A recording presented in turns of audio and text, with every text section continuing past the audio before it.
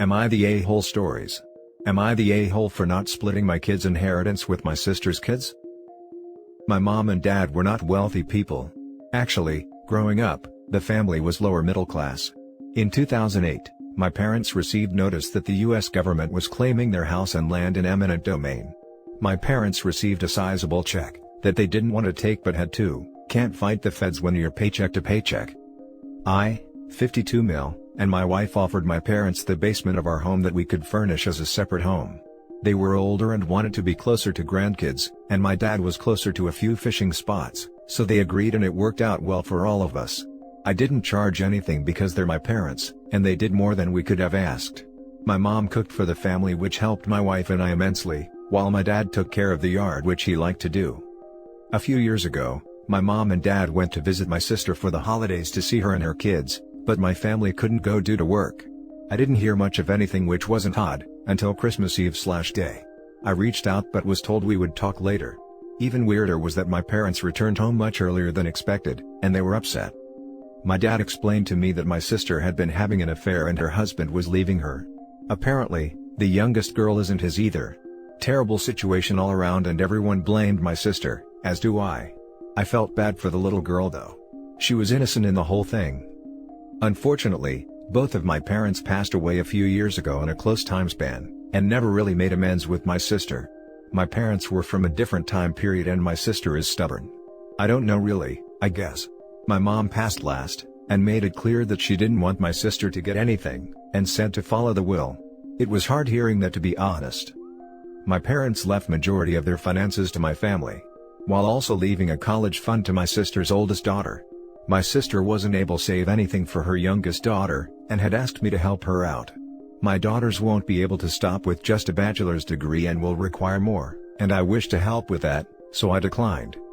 Things got ugly and I apologized again, and brought up the fact that this was all her fault for having an affair on her husband. Had she not done that, this wouldn't be a problem. She countered with, had she not done it, her daughter wouldn't be here, thus I must hate her. My youngest niece recently reached out via Facebook and asked for help, and that it wasn't fair she was being excluded for just being born, and she didn't do anything to anyone. I apologized to her and told her I agreed with her. However, I had my own children to think of. Am I the a-hole here? Edit: I was told add this in. I offered to pay for 2 years of community college. However, both my sister and my niece feel that was a joke. I have since rescinded that offer. Now for the top comments. Not the a-hole. Maybe baby daddy/affair partner should step up and help pay for his daughter. Definitely not the a-hole. Hijacking this top comment because I'm kinda sensitive when it comes to trust fund, but OP, you're doing the right thing, and your kids will thank you for putting their education first. I know I will. Also, it's respectful to follow your mom's dying wish. You're not the a-hole. Never will be under these circumstances. I feel bad for your niece, but she should have known that she's not your responsibility. She could have reached out to her bio dad though. Edit: rejecting your offer to pay for 2 years of community college is a bit of an entitled move too, in my opinion. Definitely not the a-hole in this case.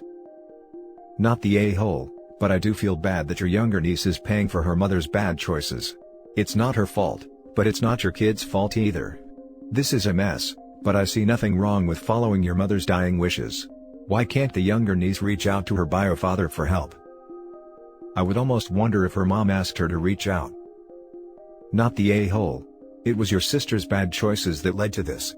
You might consider telling her what your mother said so they know exactly the reason you got more. The mother was an a-hole to decide one granddaughter didn't matter to her because of the circumstances of her birth. Now for the next story. Am I the a-hole for convincing my husband to only include our kids in his will? My 43 female husband is in his 70s and has been suffering from a myriad of health problems. Meanwhile, our youngest child is 3 years old and we have a total of 5 kids ranging from 3 to 17. He's pretty much an absentee owner in his business now. His older 3 kids are in their 30s and they all decided not to go to college, but all are employed right now. I will be fine when my husband is gone, because I know how to run his business and our homes are all paid for, but I want my kids to be able to get the independent head start in life, where they can have their own money, and spend or invest it in a way they liked. No offense, but his older kids already had their chance to decide what they want to do with their lives, and I'm sure if they asked my husband, he would have been able to help. However, every time his older 3 kids tried something, they were adamant that their dad has nothing to do with it, and they generally have a combative relationship with their dad. After his latest health scare, I realized I had to bring up estate matters with my husband. We sat down and talked, and I said that overall, if our kids were to split his assets 5 ways as opposed to 8 ways, that would be more money for themselves, and while it could never replace him if God forbid he wasn't able to guide them into adulthood, it would be more beneficial to them than their siblings whose windows of exploration are gone. My husband said he has always had a strained relationship with his kids. And he's been there enough throughout their childhood, trying to get them to value their education, but they all ended up taking unstable paths. And in the end, that was their doing.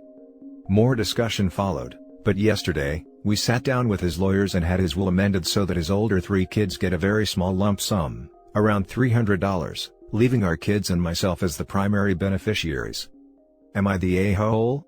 My husband and I have been the most important people in each other's lives, and I'd do the same for him. Now for the top comments. You're the a-hole. No offense, but his older kids already had their chance to decide what they want to do with their lives, and I'm sure if they asked my husband he would have been able to help. My husband said he has always had a strained relationship with his kids. Yeah, well, I imagine being a teenager and seeing your 50-something father shack up with a 25-year-old, and basically start a whole new family might lead to some strain. Not to mention she is actively trying to make things worse. OP, you're the a-hole. You're the a-hole. You're 30 years younger than him, and just convinced him to cut his kids that aren't yours out of the will. Everything about this sounds shady. I truly don't mean to sound offensive, but to have a 3-year-old with someone in their 70s. Real convenient she's now convinced him to change his will. Info. No offense, but his older kids already had their chance to decide what they want to do with their lives. What did you do with your life? Marry a rich guy 30 years older than you? Yeah, the cheek of this woman, how freaking entitled. The next story is titled, Am I the a-hole for telling my cousin what our family were saying about his wife, and causing him to cut everyone off financially? My uncle had a kid from an affair who he abandoned to the system. My grandmother found out when he was 12 and took him in. This was a huge scandal in not only our family, but also our social circle, because everyone is all about appearances and protecting the family legacy. If I'm being honest, my family weren't very nice about my cousin. I remember when he first came to live with our grandparents, my own mother told me not to socialize with him too much in front of outsiders, so he doesn't ruin my reputation. I was 8. When he graduated, the family didn't want him involved in the family business because of his parentage, and also because he was pretty closed off, and was only close to our grandparents and no one else in the family. So, our grandfather gave him some money to start something of his own. The family business hasn't been doing so well for a long time, but my cousin is doing better than ever. Despite everything, he's been financially helping all of us for a few years now. Recently, our grandparents told everyone he was married and expecting a baby. This was a huge shock to the family. Our grandfather admitted he suspects our cousin got her pregnant by mistake and chose to do the right thing, based on a few conversations he had with him before he announced his marriage. My family immediately cyberstalked his wife, and they said some awful things about her, and everyone was complaining that he could have done so much better. My dad was even encouraging everyone to make things hell for her so she leaves.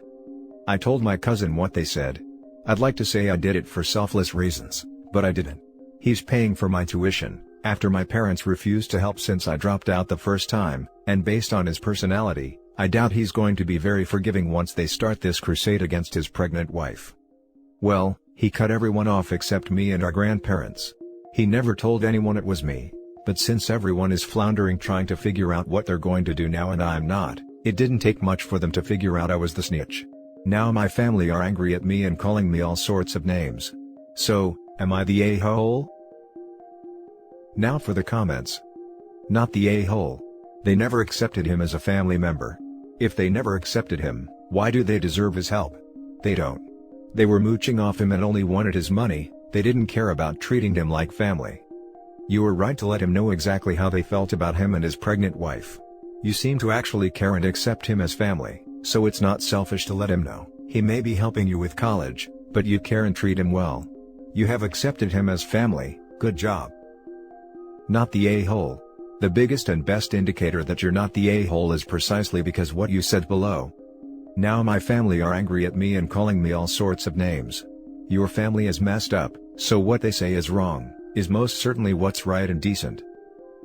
OP's whole family, except the grandparents, is the reason God created the middle finger. Not the a-hole. Stick with the grandparents who've proven they'll stand by their grandchildren, like they did with your cousin. And your cousin, who has done things out of the kindness of his heart, when these people have been nothing but awful.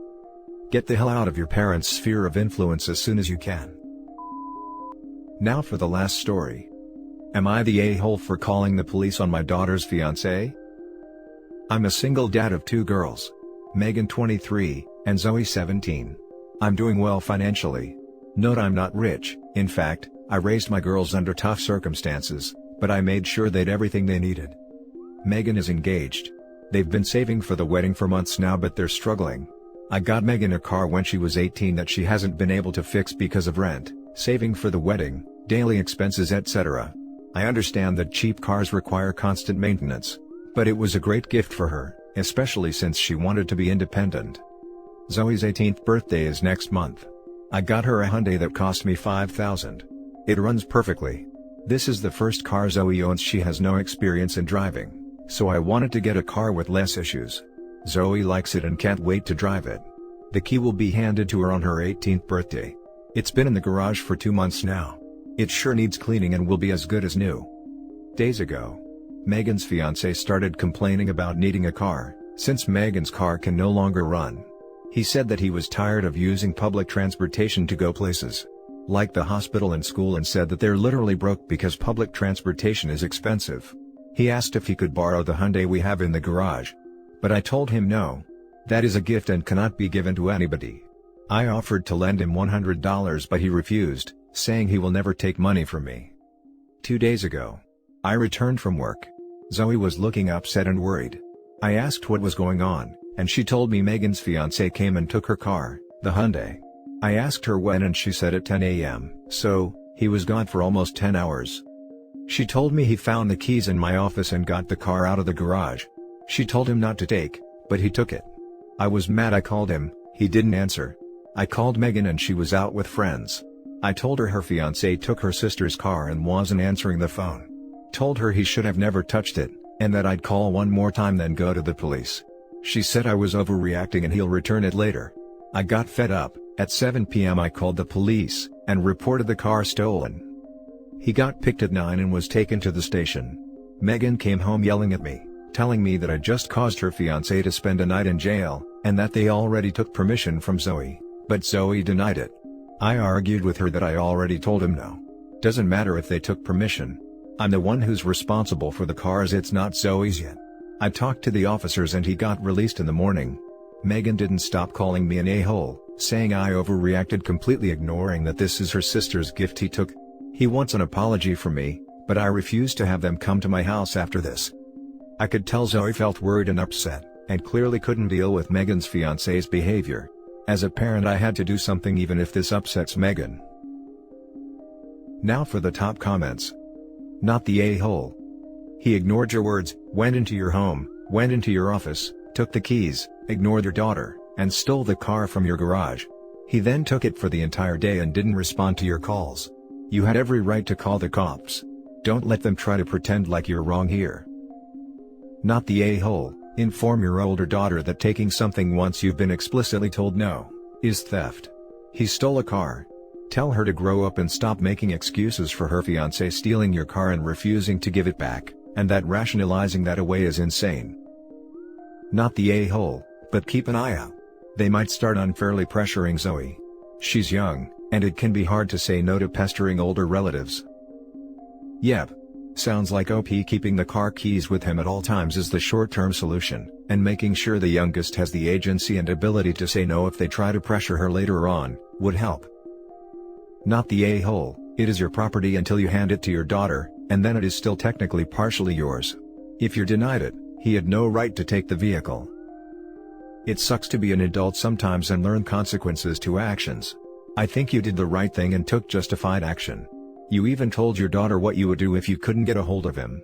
She was trying to call you on your bluff, when you weren't bluffing. Not the a-hole. He stole your car. I'm also wondering if it's even insured yet. What would have happened if he had a wreck? Again, not the a-hole. And that's it for this video guys. If you have thoughts to share, leave a comment below. Don't forget to hit like and subscribe if you like this content. I'll catch you in the next one. Good day everyone.